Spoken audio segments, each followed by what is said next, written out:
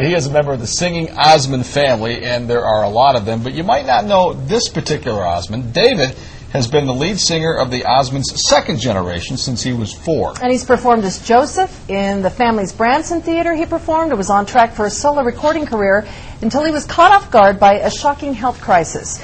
But for David Osmond and his wife Valerie, they say this trial has been the greatest blessing of their lives. When the world welcomes us in. It's been an awesome blessing.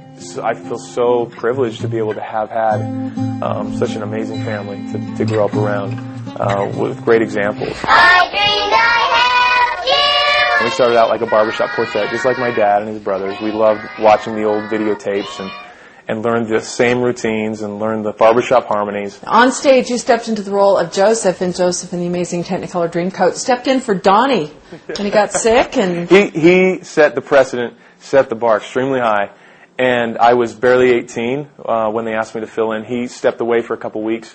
I filled in those shows, and then they had me understudy for him when in case he got sick, and he got laryngitis.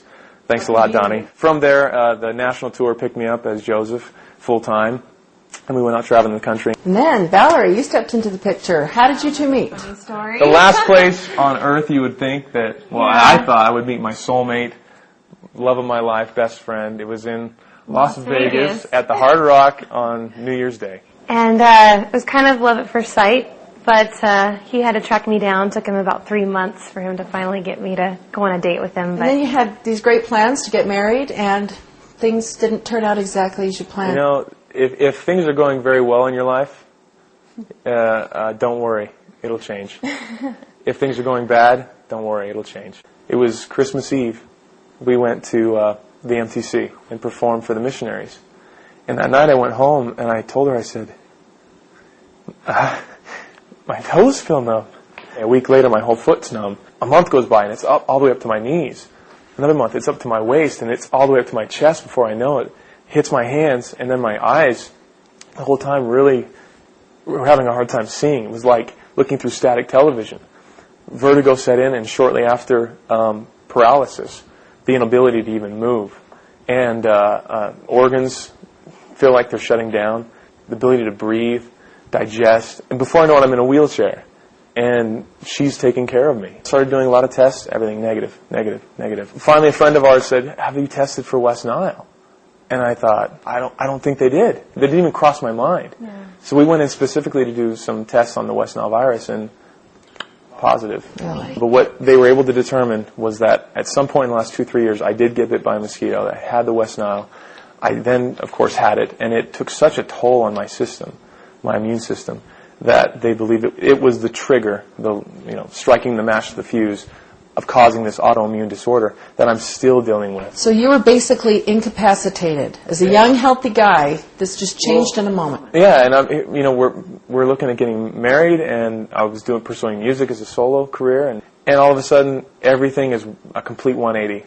Done. But it's been hard. I have to focus on my breathing, just because the diaphragm was stopping, and my hands would move about that fast. I couldn't move.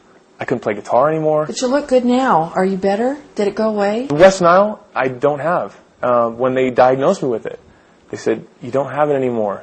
We can tell you did have it, but it's not a factor. Now what you have is an autoimmune disorder. Good girl. I'm not out of the woods. I am walking, which is a miracle. It's an absolute miracle. I know that the power of prayer is real. We know we're going to beat this. And I say we because she goes through it just as much as I do. But the thing is, everybody goes through something in this life. And this has been our test. This is something special for us. We had a lot of faith, and we still have faith that he's going to completely recover. He's doing great. I will never take another step for granted in my life. We knew there was a reason behind this. And it's that shift in perspective and that looking for that silver lining that brings the joy, brings the lessons that change your life. But I know it's going to be positive because I was told after our wedding in May I would be back either at least on a cane or maybe a wheelchair. And I'm walking today. And that to me is an absolute miracle. You're a good kid. More so than ever in my life do I have something to write about. Something that with a message that really speaks to our hearts, about our experiences, and hopefully bringing not just songs like "Hey Baby" songs. We And now that I'm doing so much better, my hands are back, my eyesight's back, I'm playing guitar again. He's writing again. Yeah, So it's good. Music is in the cards for us.